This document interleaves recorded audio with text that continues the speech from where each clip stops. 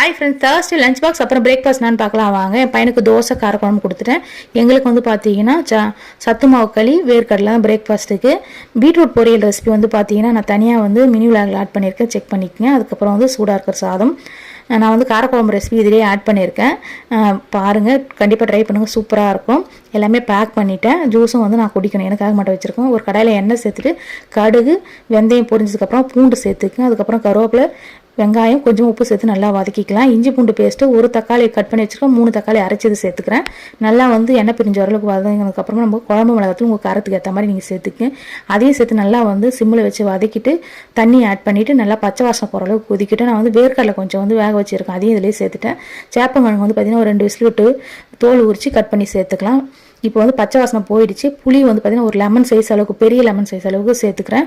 அதுக்கப்புறம் வந்து கட் பண்ணி வச்சுருக்க சேப்பங்கிழங்கு சேர்த்து நல்லா எண்ணெய் பிரிஞ்ச அளவுக்கு கொதிக்க வச்சு இறக்கினா ஒரு சூப்பரான காரக்குழம்பு ரெடி.